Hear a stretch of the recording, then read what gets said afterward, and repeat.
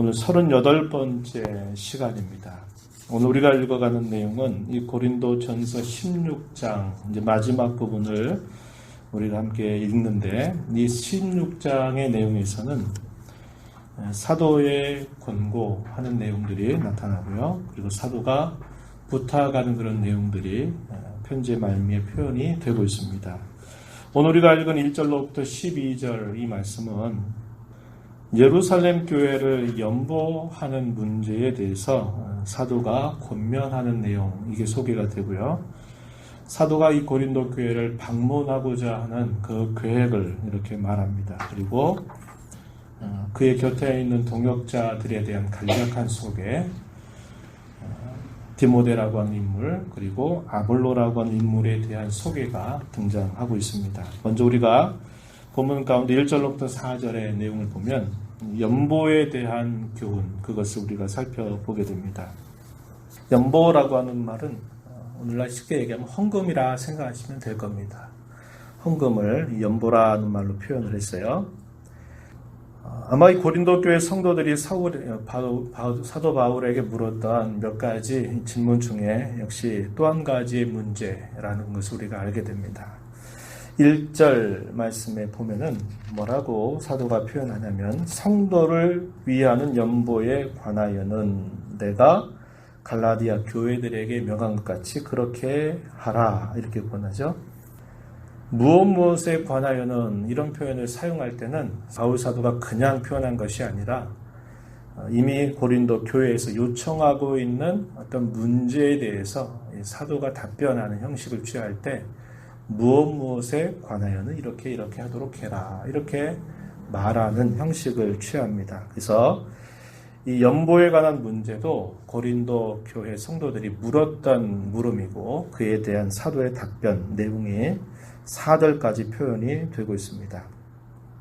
이제 거의 마지막 부분에 다루고 있는 이 물음은 성도에 관한 연보, 이 성도를 위한 연보를 어떻게 해야 되느냐 하는 문제였습니다. 바울 사도는 예루살렘 교회가 어려움에 처해져 있는 것을 보면서 가난해진 이 예루살렘 교회의 성도들을 위해서 모금하는 일을 대단히 중요하게 여겼습니다.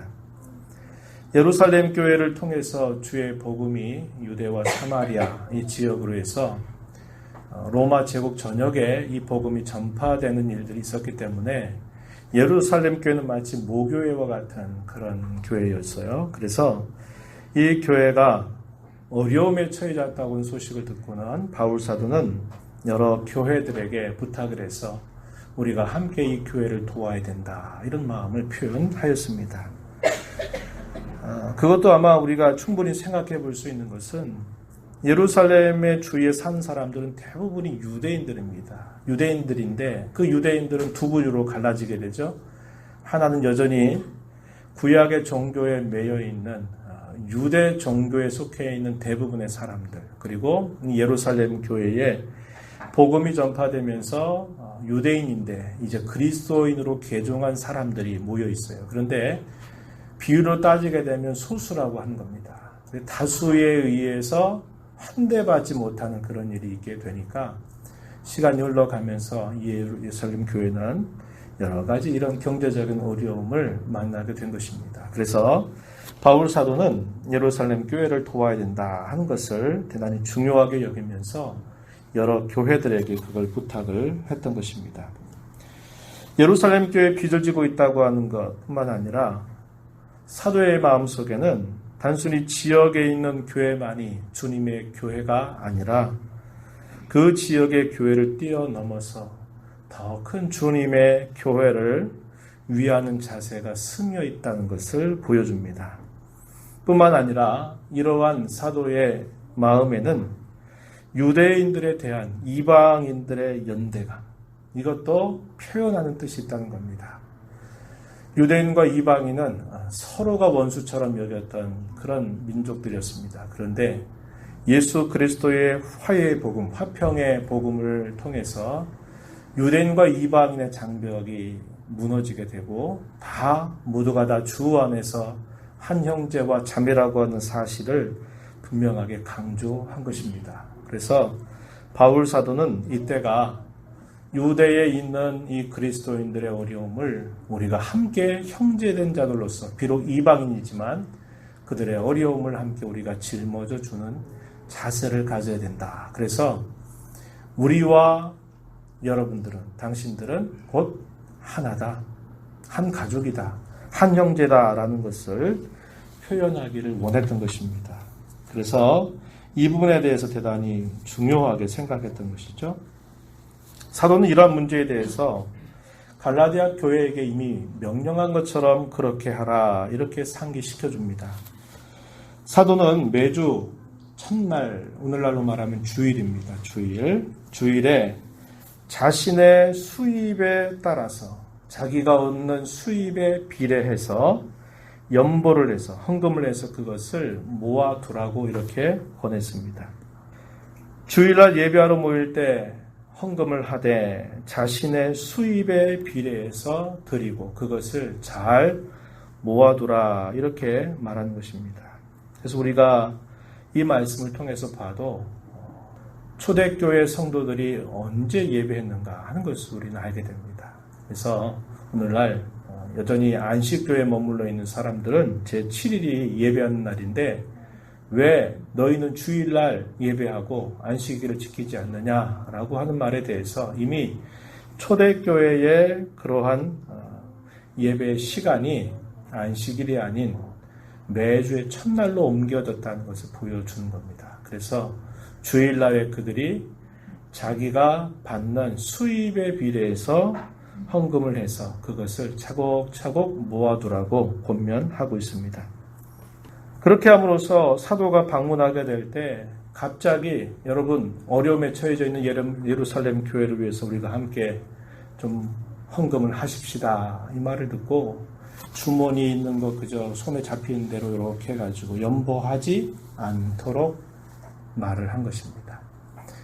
이것은 하나님의 교회에 속해 있는 성도들이 하나님 앞에 헌금 생활을 하는 중요한 원칙을 가르쳐 주는 겁니다. 어떤 경우에는 즉흥적으로 할 때가 있겠죠. 즉흥적으로 어떤 어려운 상황이나 이걸 두고 우리가 함께 이 일에 좀 주를 위해서 동참해야 되겠다 할 때에는 우리가 즉흥적으로 할 수도 있어요. 그러나 우리 성도에 헌금하는 원칙은 하나님께서 자신에게 주시는 수입을 생각하고 그것 중에서 마음을 정해서 그리고 준비해서 드리는 겁니다. 즉흥적으로 손에 잡히는 대로 드리는 그런 자세는 신앙생활은 바른 자세가 아니다라는 것을 사도는 가르쳐 준 겁니다.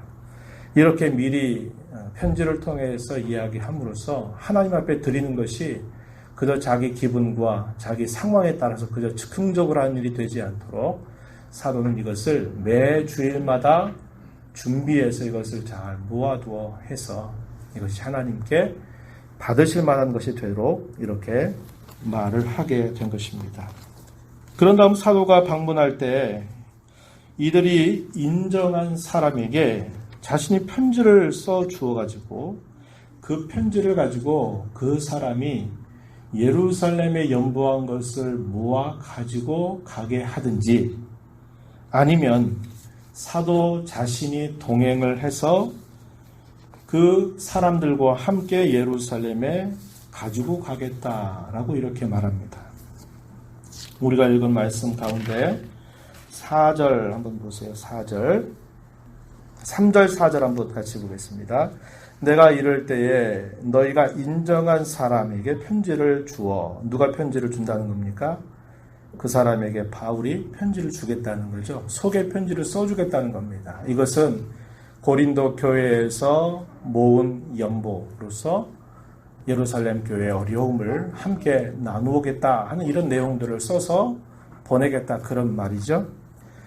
돈을 옮기는 문제는 오늘날도 그렇고 옛날에도 마찬가지로 대단히 책임이 요구되는 일이었습니다. 돈을 비교적 많은 돈을 가지고 가는데 오늘날처럼 비행기를 타고 가거나 기차를 타거나 빠른 교통수단을 이용하는 것도 아니고, 그렇다고 가장 좋은 것이 온라인상으로 할 수 있겠지만 이 고대 세계에 이런 일이 어디 있습니까? 그러니까 돈을 모으면 그것을 자신들이 가지고서 그 먼 여행길을 가야 되는데 얼마나 많은 그 안전이라는 게 확보되기 어렵다는 것을 충분히 짐작할 수 있는 겁니다. 그렇기 때문에 책임감 있고 믿을 만한 사람을 세워서 그걸 보내게 한다는 거예요. 그럴 때 사도 자신이 소개한 편지를 가지고 그 사람으로 하여금 예루살렘에 가서 연보한 것을 건네주게 하든지, 아니면 사도가 함께 동행을 해서 함께 그들과 함께 예루살렘으로 가든지 하겠다, 그런 이야기를 전달했습니다. 4절에 보세요. 만일 나도 가는 것이 합당하면 그들이 나와 함께 가리라, 이렇게 표현을 했습니다. 그런데 좀 특별한 표현을 우리가 발견하죠. 3절에 그들이 한 연보, 이 헌금을 뭐라고 사도가 표현했느냐. 3절 중간에 보니까 뭐라고 표현했어요? 너희의 뭐를? 은혜를 예루살렘으로 가지고 가게 하겠다. 우리는 헌금을 하면 내가 가지고 있는 소유가 줄어든다, 없어진다, 아깝다, 이런 생각을 하는지 몰라요. 그러나 성경은 뭐라고 표현하냐면 이걸 은혜라고 표현합니다. 은혜. 하나님 앞에 즐거이 드리는 그 헌금은 결코 아까운 것이 되는 것이 아니라 그것 자체가 은혜라는 사실을 우리에게 일깨워주는 그런 표현이죠. 이렇게 표현한 것입니다. 그래서 사도는 두 가지 가능성을 두고 이야기한 거예요. 여러분들이 책임감 있는 그 사람을 통해서 예루살렘에 모아둔 헌금을 잘 가지고 전달하든지, 아니면 사도 자신이 함께 동행해서 함께 그 사람과 함께 예루살렘에 가서 이 연보를 전해주든지 하겠다, 이런 계획을 이야기한 것입니다. 당시의 자료에 의하면 어떤 경우에는 이 로마 당국이 로마의 호위병을 붙여가지고 이런 기금, 많은 돈을 옮겨가는데 보호하는 역할을 하게 하기도 했다는 겁니다. 그만큼 이 돈을 옮기는 문제가 작은 문제가 아니라 대단히 중요한 문제였다는 것을 우리에게 보여주고 있어요. 그런데 이러한 사도의 권면이 어떻게 됐을까? 한번 그 결과를 한번 짚어보면요. 연보는 모아진 대로 전달이 되었습니다. 하지만 이 연보를 준비하라고 말한 사도의 권면에 대해서는 잘 따르지 않았다 하는 것을 보여주고 있다는 겁니다. 모아둔 연보는 전달이 됐어요. 예루살렘 교회 전달이 돼서 어려움에 처해져 있는 예루살렘 교회가 큰 위로와 힘을 얻게 되긴 했지만, 사도가 미리 권면한 것처럼 내가 방문했을 때 갑자기 즉흥적으로 드리는 일이 되지 않도록 해라. 매 주일마다 하나님께서 자기에게 주신 것을 고려해서 그것을 정한 대로 모아두라고 하는 이 준비하는 헌금에 관해서는 이 고린도 교인들이 잘 순종하지 않았다, 이렇게 판단된다는 겁니다. 고린도 후서 8장과 9장에 가서 보게 되면 이 연보에 대해서 사도가 또다시 어떻게 연보를 해야 되는가, 어떻게 헌금 생활을 해야 되는가 하는 것에 대해서 사도가 반복하고 있다는 겁니다. 이걸 우리가 짐작해 보면 제대로 사도의 권면을 따르지 않았다는 것을 우리에게 보여준다는 것이죠. 그리고 5절로부터 9절에 이르는 내용에서는 사도가 방문하고자 하는 계획을 그들에게 편지로 알려주고 있습니다. 그가 방문하고자 하는 계획은, 그는 현재 에베소라고 하는 지역에 체류하고 있습니다. 바울 사도의 제3번째 전도 여행 가운데 이 에베소라고 하는 지역에 머물러 있는 것이죠. 여기에서 그가 떠나서 마게도냐라고 하는 지역, 소아시아에 있는 그 에베소라고 하는 지역에서 서북부 쪽으로 쭉 올라가면 이제 마게도냐라고 하는 큰 지역이 있어요. 그리고 그 마게도냐를 지나서 다시 쭉 내려가면 이 고린도라고 하는 지역이 나와요. 그리고 거기에 큰 바다가 있는데 소위 에게해라고 하는 바다가 있습니다. 그래서 에베소로부터 고린도에 가려면 배를 타고 바로 고린도로 가든지, 배를 못 타고 가면 위쪽으로 대륙을 쭉 올라가서 마게도냐를 거쳐서 고린도로 내려가야만 되는 거예요. 그래서 지금 사도의 계획은 자기가 있는 에베소에서 마게도냐로 올라가서 고린도로 방문하고 싶다, 이런 계획을 알려주고 있습니다. 그래서 고린도에서 겨울을 함께 지내고자 하는 마음, 그리고 단순히 고린도 교회를 스쳐 지나가는 게 아니라 그곳에 좀 더 머물고자 하는 사도의 마음을 표현해주고 있습니다. 고린도전서 4장 19절 말씀해 보면은 사도가 이미 고린도 교회 성도들에게 이렇게 말했어요. 내가 여러분들을 만나고 싶다 하는 이야기를 이미 건넸습니다. 고린도전서 4장 19절에 보면 이렇게 표현했어요. 주께서 허락하시면 내가 너희에게 속히 나아가서 교만한 자들의 말이 아니라 오직 그 능력을 알아보겠다 이런 말을 했습니다. 주께서 허락하시는 대로 내가 너희에게 속히 나아가기를 원한다 이렇게 표현을 했어요. 그러나 사도는 지금 에베소라고 하는 지역에 있습니다. 여기에서 이 고린도 전서를 기록했을 것입니다. 약 3년 가까운 시간 동안 체류하는 중에 마지막 시간을 에베소에서 보내고 있습니다. 사도는 이 에베소에서 유대인의 명절 가운데 오순절까지 이 에베소 지역에 머물겠다라고 그의 계획을 알려줍니다. 그런데 이 에베소 지역은 대단히 박해와 고난이 심했던 지역이었다는 것을 알려줍니다. 대적자들의 거센 반대 그리고 고난 중에도 아직 복음의 문이 활짝 열려 있다고 하는 이 확신 가운데서 자신은 지금 떠나기보다는 여기서 오순절을 지낸 다음에 내가 에베소에서 떠나가겠다 이렇게 이야기를 해줍니다. 본문 9절 말씀에 한번 가서 보세요. 왜 사도가 오순절까지 에베소에 머물려 하느냐? 그 이유에 대해서 9절에 내게 광대하고 유효한 문이 열렸으나 대적하는 자가 많다 이렇게 이야기합니다. 오히려 우리는 반대로 있는 게 더 이해가 좋을 거예요. 어떻게 해요? 대적하는 자가 많지만 광대하고 유효한 문이 열려 있다. 그러니 나는 지금 바로 떠나지 않고 여기서 오순절까지 지내고 난 다음에 나는 떠나겠다. 이렇게 이야기하는 겁니다. 광대하고 유효한 문, 뭘 말할까요? 복음 전도의 문이 열려 있다는 겁니다. 대적자들이 거세게 반발하고 환난과 고난이 상당히 심해 있다는 것을 말하면서도 그래도 그런 와중에 복음을 듣는 사람들이 있기 때문에 더 머물러야 되겠다. 이렇게 사도가 말하고 있는 겁니다. 이 에베소에서 받은 극심한 환난에 대해서는 우리가 고린도후서 1장 8절로부터 10절 말씀 여러분 잠깐 한번 보실까요? 고린도후서 1장 8절로부터 10절 사도가 이렇게 말했어요. 형제들아 우리가 아시아에서 당한 환난 특히 아시아 가운데서 에베소를 표현하고 있는 말입니다. 아시아에서 당한 환난을 너희가 모르기를 원하지 않는다.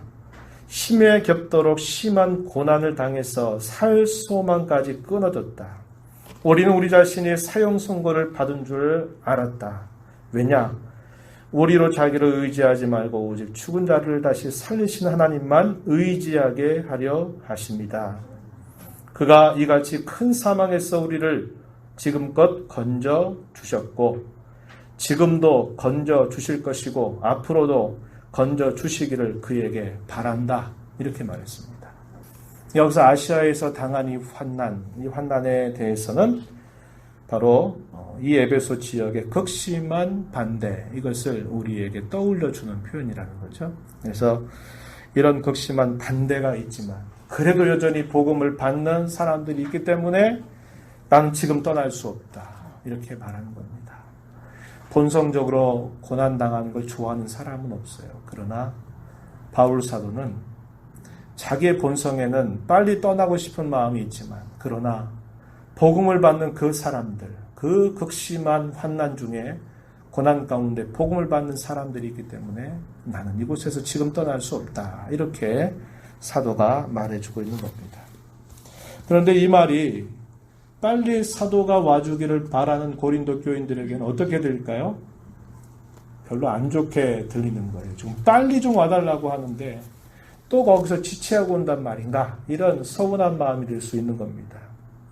사도가 빨리 와서 고린도 교회가 처해져 있는 여러 가지 문제들을 직접 이 문제를 처리해 주기를 기다리는 사람들에게는 그렇게 달갑지 않게 들릴 만한 이야기였을 것입니다. 어쨌거나 바울 사도는 이렇게 그 계획을 이야기하면서 에베소에서 마게도냐를 지나 고린도에 머물고자 얼마 동안 머물고자 하는 그런 마음을 사도가 표현했다는 겁니다. 그럴 때 우리가 이러한 사도의 간절한 마음이 있지만은 사도가 이런 소원과 계획을 이야기할 때 한 가지 단서가 있다는 겁니다. 그 단서가 뭐냐면 7절 말씀 한번 보세요. 7절. 뭐라고 말합니까? 7절 중간에 보니까 뭐라고 말했어요? 만일 주께서 뭐 하시면? 허락하시면. 이게 그의 신앙의 아주 중요한 단서였습니다. 그는 하나님 앞에 기도하고 있습니다. 그리고 그렇게 되기를 간절히 기다리고 있습니다. 하나님께서 그렇게 인도해 주시기를 간절히 바라보고 있어요. 그런데 자기가 아무리 계획을 하고 아무리 하나님 앞에 기도한다 하더라도 하나님께서 그 길을 허락해 주셔야만, 하나님께서 그것을 기뻐하셔야만 자기는 할 수 있지, 내가 아무리 이런 선하고 좋은 계획을 가지고 있다 하더라도 하나님께서 그것을 허락지 않고 그분의 지혜로운 섭리 가운데 다른 길을 예비하신다면 그건 어쩔 수 없다. 그러나 주님이 기뻐하신다면, 좋게 여기신다면, 허락하신다면 나는 이렇게 하고 싶은 간절한 소원을 가지고 있다. 이렇게 이야기하고 있는 겁니다. 또 이런 비슷한 표현을 우리가 발견하는데요. 12절 가서 한번 보세요. 12절 끝부분에 보면은 또 뭐라고 말하냐면 아볼로에 관한 이야기를 하면서도 사도는 비슷한 표현을 사용했어요. 뭐라고 말합니까? 기회가 있으면 가리라. 우리가 통상적으로 그냥 사용하는 말처럼 들리죠. 되면 한번 기회 되면 갈게. 우리 그런 말 많이 한단 말이죠. 그러나 사도가 이렇게 말할 때도 이 뜻이 무슨 뜻입니까? 하나님께서 또 허락해 주신다면, 또 다시 그렇게 인도하신다면 그렇게 하겠다. 이렇게 표현을 하고 있는 겁니다. 어떤 상황을 열어 제치기도 하시고 어떤 상황을 닫아버리게 하시는 주권자가 누구십니까? 주님이시라는 겁니다. 내가 아무리 계획을 하고 내가 아무리 어떤 일들을 생각한다 할지라도 주님이 허락지 않는다면 그것은 될 수 없는 일임을 이런 표현들을 통해서 말해주고 있는 겁니다. 이것은 바울 사도에게 있어서 가장 기본적이고 아주 철저한 신앙의 자세임을 우리에게 잘 보여주고 있다라고 하는 것입니다.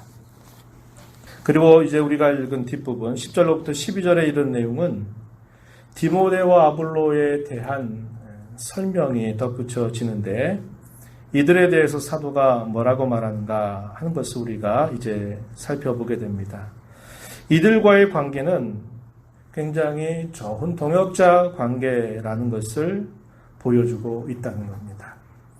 하지만 이 고린도 교회가 알았던 가장 큰 골칫거리 문제가 뭐였습니까?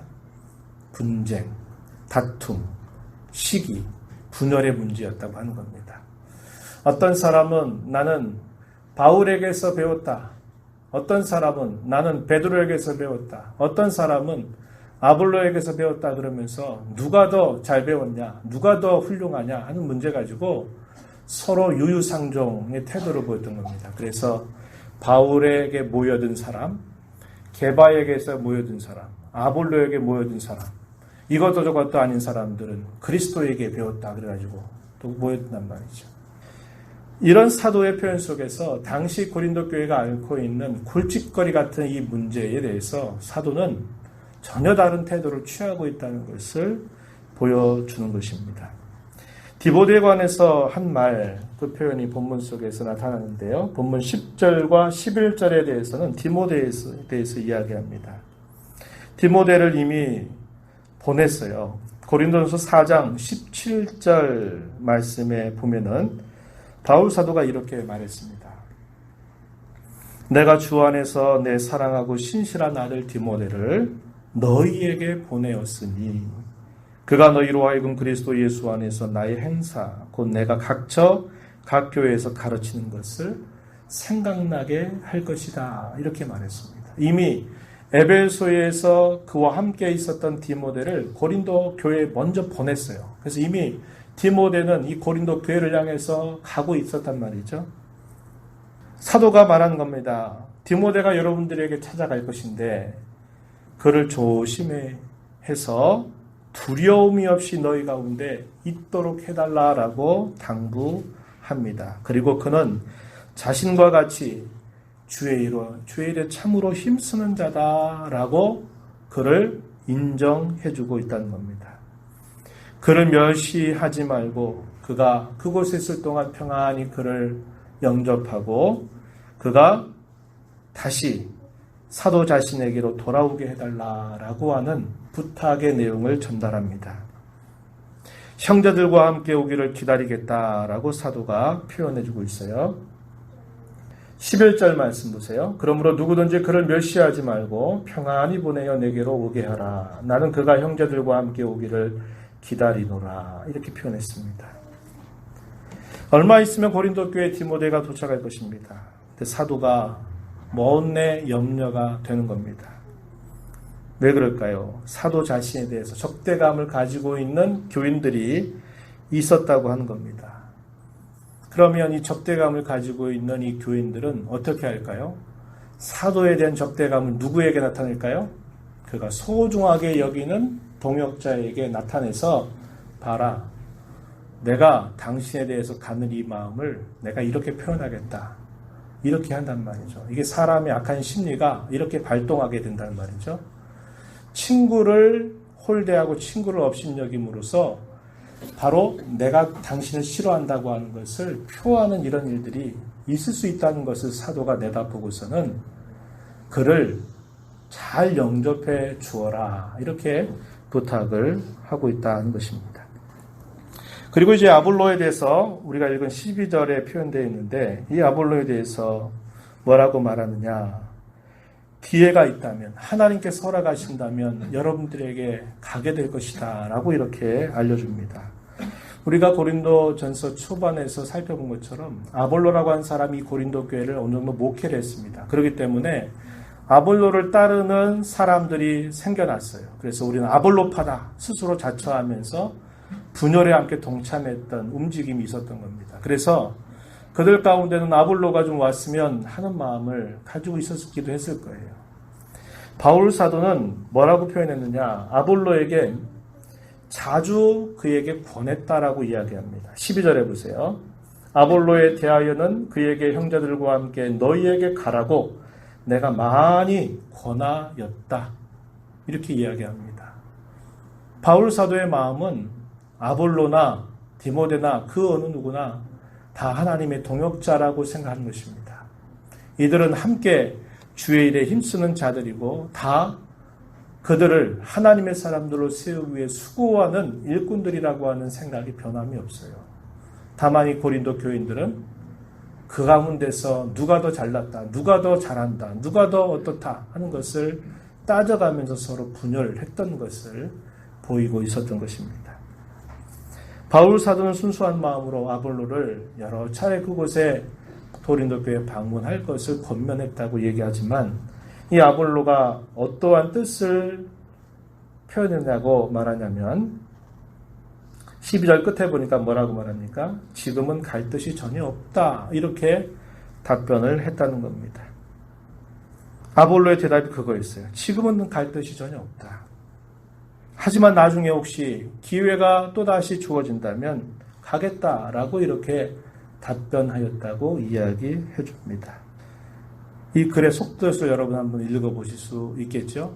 무슨 말일까요? 왜 아볼로가 지금은 내가 전혀 갈 뜻이 없다라고 말했을까요? 왜 그랬을까요? 여러분, 고린도 교회의 그 상황을 알고 있기 때문에 그래요. 자신이 감으로써 또다시 자신으로 인해서 교회가 분열되고 또 이런 분파들이 계속 잠잠하지 않고 일어나게 된다면 이건 결코 유익이 되지 못하니까 내가 지금은 아무리 가고 싶어도 난 지금 가지 않겠다라고 생각하는 겁니다. 뭐 때문에 그럴까요? 교회를 사랑하는 마음이에요.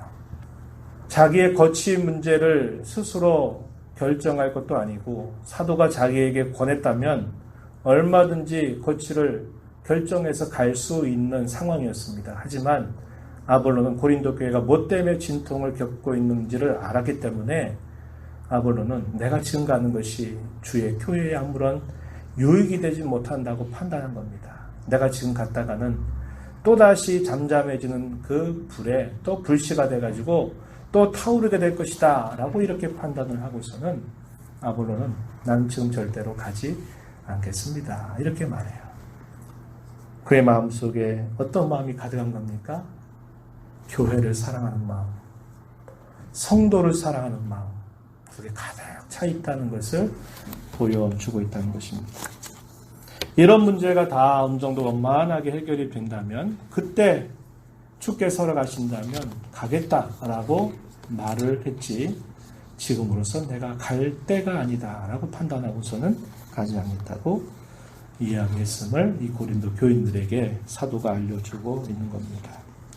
자, 오늘 우리가 읽은 이 말씀은 산발적인 이야기들을 나눴어요. 연보에 관한 말, 그리고 바울 사도가 고린도 교회를 방문하고자 하는 그의 계획을 이야기하고, 그리고 디모데와 아볼로에 대한 소식을 그들에게 전달하면서 사도의 말들을 표현했던 것을 우리가 읽었습니다. 저와 여러분이 이 말씀을 보면서 무엇을 느끼게 될까요?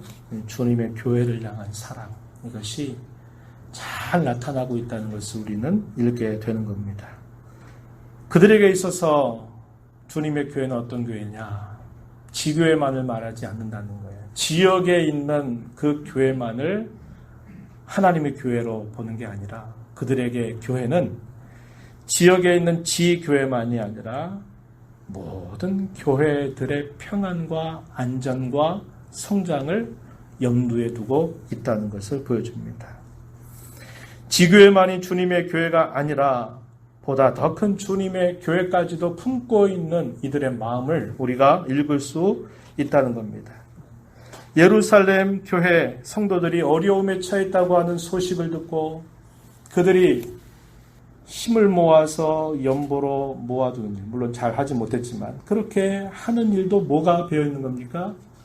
같은 유대감을 갖는 거예요.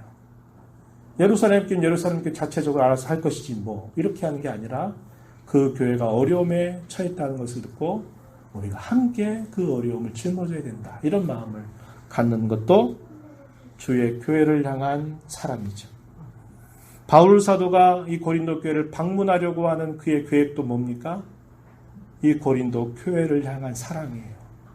그걸 가슴에 품고서 내가 여러분들과 함께 겨울을 그곳에서 내가 보내고 싶다. 이렇게 표현하고 있는 것이죠. 아볼로가 귀환하라고 고린도 교회로 다시 가라고 여러 차례 사도가 권면함에도 불구하고 아볼로가 나는 지금은 전혀 갈 뜻이 없다라고 말하는 그의 말 속에도 뭐가 있습니까? 주의 교회, 성도를 사랑하는 이 아볼로의 마음이 가득하다는 것을 보여주고 있는 겁니다. 그래서 오늘 본문 통해서 우리가 확인하는 게 뭐냐면 주님의 교회를 사랑하는 사람들의 그 마음을 우리가 충분히 읽을 수 있다고 하는 겁니다. 여러분, 주님의 교회를 얼마나 사랑하십니까? 주님의 교회를 사랑하는 것은 항상 사람이 먼저예요. 예배당 건물이 먼저가 아니라 사람이 먼저입니다. 성도들이 먼저예요. 그것이 주의 교회를 향한 사랑이에요. 그걸 항상 먼저 앞세우고 생각을 해야 합니다. 근데 우리는 종래에 그런 생각을 갖지 못해가지고 사람들이 어떻게 되든지 간에 그저 보이는 건물 이런 것들이 다 그게 교회를 향한 사랑인 줄로만 생각하다 보니까 오히려 방향이 잘못됐던 경우들이 참 많았던 것이죠. 한번 물어보시기 바랍니다. 여러분을 향해서 나는 주님의 교회를 얼마나 사랑하는가. 앞선 사도들과 그 많은 동역자들이 이런 모든 어려움들을 감내하면서조차 그들이 가졌던 그 한 가지 마음, 주님을 사랑하는 것, 주님의 교회를 사랑하는 것, 성도를 사랑하는 그들의 마음이 한결같았다고 하는 겁니다.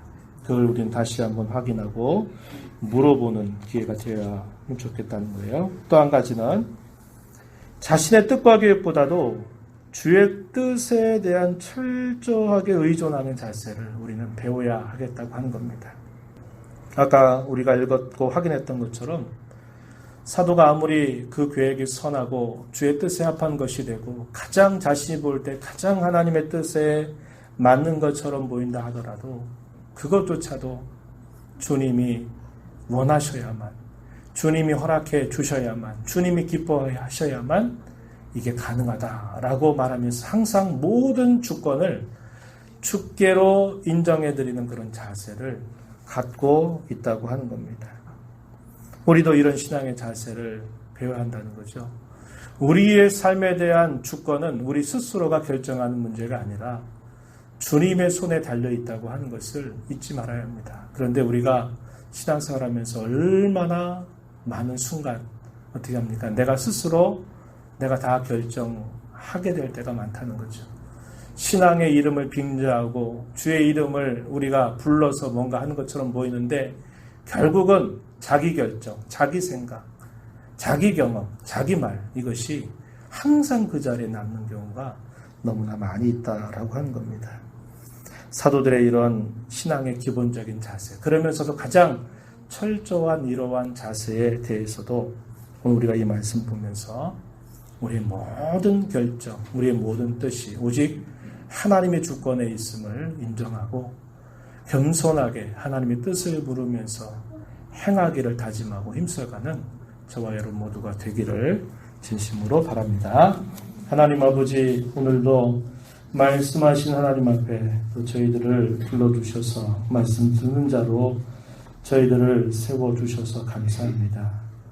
하나님 아버지, 교회의 어려움에 처해져 있는 성도들을 향한 연보의 문제들 어떻게 연보해야 될 것인지, 또 사도가 고린도 교인들을 만나고자 하는 그런 간절한 열망과 소원들, 또 그가 함께 동역하는 동역자들에 대한 생각들, 이런 모습들 속에 주님을 사랑하는 마음, 교회를 사랑하는 마음, 성도를 사랑하는 마음이 가득한 그들의 모습을 살펴보았습니다. 오늘 저희들에게 물으시는 주님의 음성 앞에 저희들이 어떻게 대답할 수 있었는지 저희 자신들을 잘 돌아보게 하시고 주의 몸된 교회를 우리의 어머니의 품으로 안고 알고 섬겨 가듯이 주님의 교회를 사랑하고 성도를 사랑하며 우리의 생애를 주 앞에 살아가는 복된 삶이 되게 하여 주시옵소서. 주께서 원하시면, 기뻐하시면, 주님이 허락하시면 이렇게 하기를 원한다고 말하면서 모든 삶의 주권을 주께로 돌려드렸던 사도들의 신앙의 자세처럼 저희들의 모든 삶의 주권이 오직 하나님의 뜻에 있고 하나님의 계획에 따르고 있다는 것을 언제나 기억하고 저희들이 겸손하게 하나님을 언제나 인정하고 뜻을 구하며 임서가는 삶을 살아가도록 인도하여 주시옵소서. 예수님 이름으로 기도드리옵나이다.